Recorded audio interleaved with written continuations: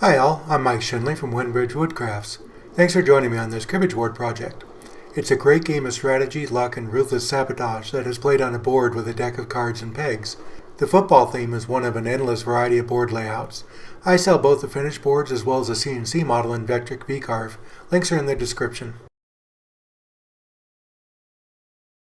As you can see, the board is created in layers.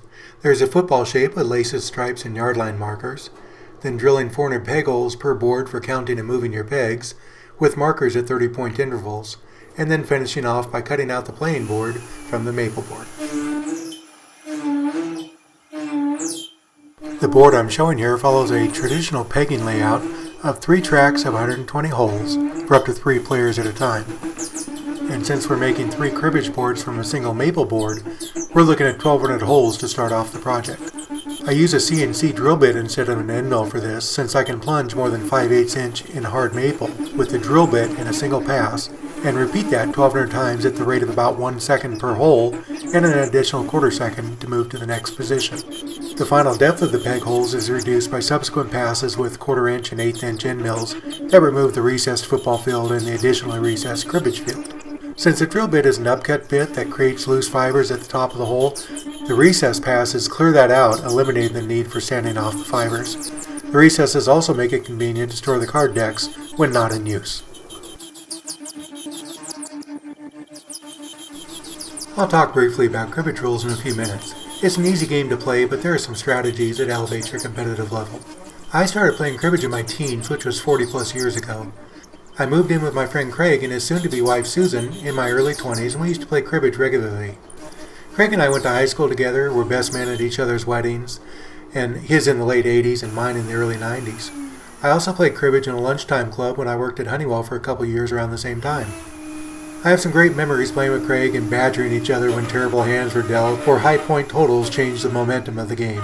I also have a memory of a Honeywell coworker dropping by Craig's home one time, and we played 3-way cribbage. For some reason during the game, Craig and I both simultaneously lifted a butt cheek and farted in said coworker's general direction. I have no clue what I had for breakfast today, but I remember that scene from 40 plus years ago. Mike, if you hear this, I just want you to know that I still laugh about farting at you. Life moves on. I changed jobs, moved out of the area, got married, and stopped playing cribbage along the way. However, I posted pictures of these cribbage boards on Facebook a few weeks ago, and Greg and I have played online since we're about 2,000 miles apart these days. He beat me the first 3 games. The first 2 he won 121 to 120, and the last was by more than 10 points. The funny thing about all this is, I hear Craig's voice whenever I'm playing against a computer or Craig. A terrible 0-point hand is dealt, and Craig chimes in with, "Aw, that's too bad," or "I just hate it when that happens," or a couple dozen variations along those lines echoing back 40-ish years. Needless to say, I definitely heard him when he beat me 121 to 120 both times. Cribbage is a game where you play both offense and defense with each card. You get points for 15s, pairs, triples, quads, runs, and flushes. It mixes a bit of poker and gin rummy with a heavy dose of strategy while pegging your way to 121 over 10 or so rounds. There is also a discard pile called the crib that makes the game even more interesting, since it's a combination of rejects and treasure that both players contribute to each hand, but only the dealer benefits from. The best hand you can get in cribbage scores 29 and the lowest is 0. You can play with 2, 3, or 4 players, with 4 players typically in 2 pairs. I'll just focus on the 2-player version. There are 3 phases to each round.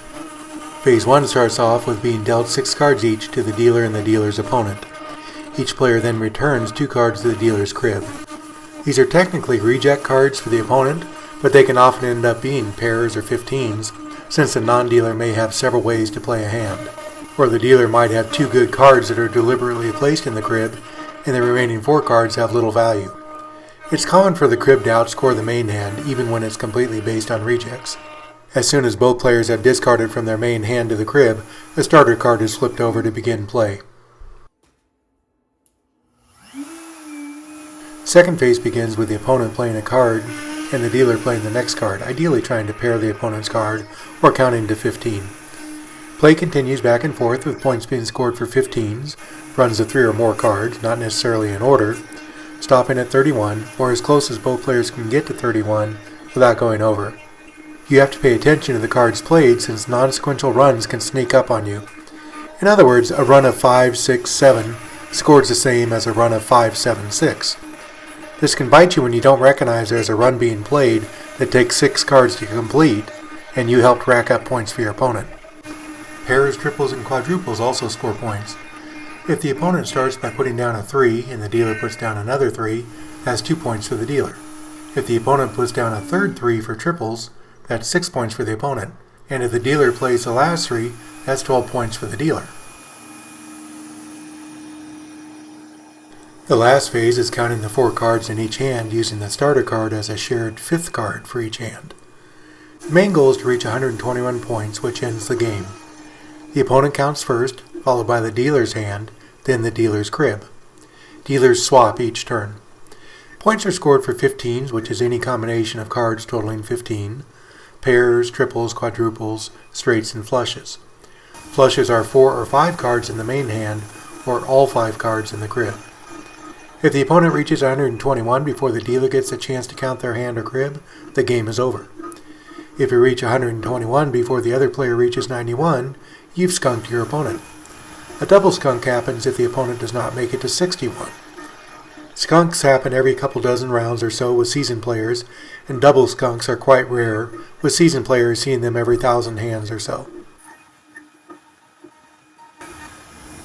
There are numerous strategies for counting and baiting during the discard and pegging phases, from simply starting play with a 4 to prevent the dealer hitting 15 on the second card, to putting down the first of a pair you have in your hand, hoping the opponent plays his matching card, followed by you playing the triple.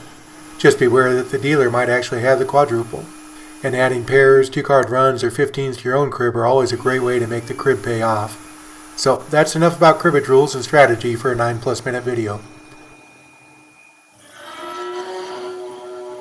I appreciate you all for watching the video and listening to my story from yesteryear. Take care. Thanks again.